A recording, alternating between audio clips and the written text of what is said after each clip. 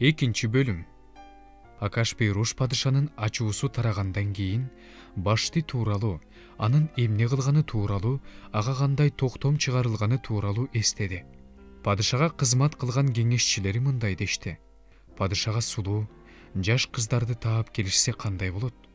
Падыша өзүнүн бардык дубандарына кишилерди дайындаса, алар сулуу, жаш кыздарды чогултуп, борбор шаар Шушандагы аялдарды кайтарган, падышанын эбнуху эйгенин көзөмөлүндөгү үйгө алып келишсе, аларга майлоочу заттарды беришсе, анан падышага жаккан кыз баштынын ордуна ханыша болуп калса кандай болот?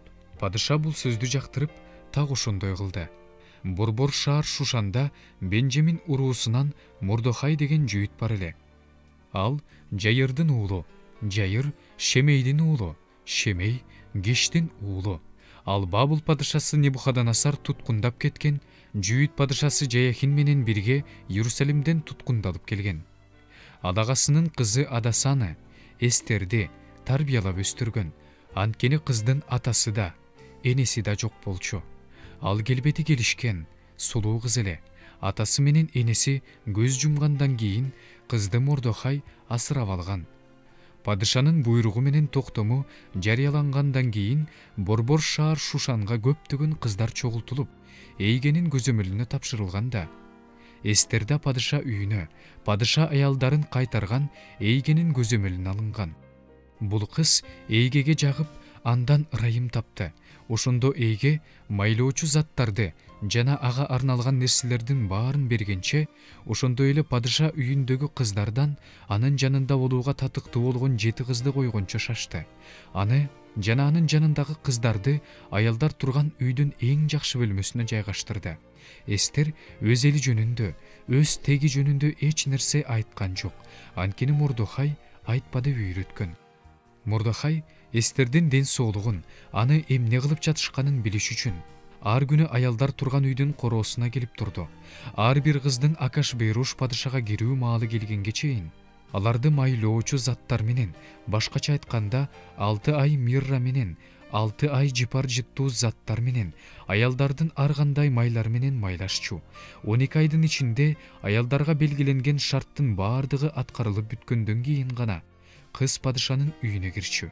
Аялдар үйүнөн падыша үйүнө кириш үчүн кыз эмнени талап кылса, ага ошонун баардыгын беришчү.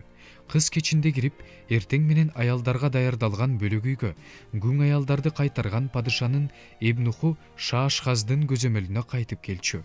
Андан кийин падыша өзү кааламайынча, аты аталып чакырылмайынча ал падышага кирчү эмес.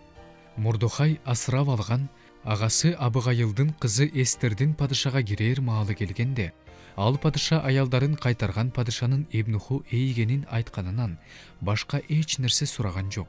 Эстерди көргөндөрдүн баары жактырып калышты.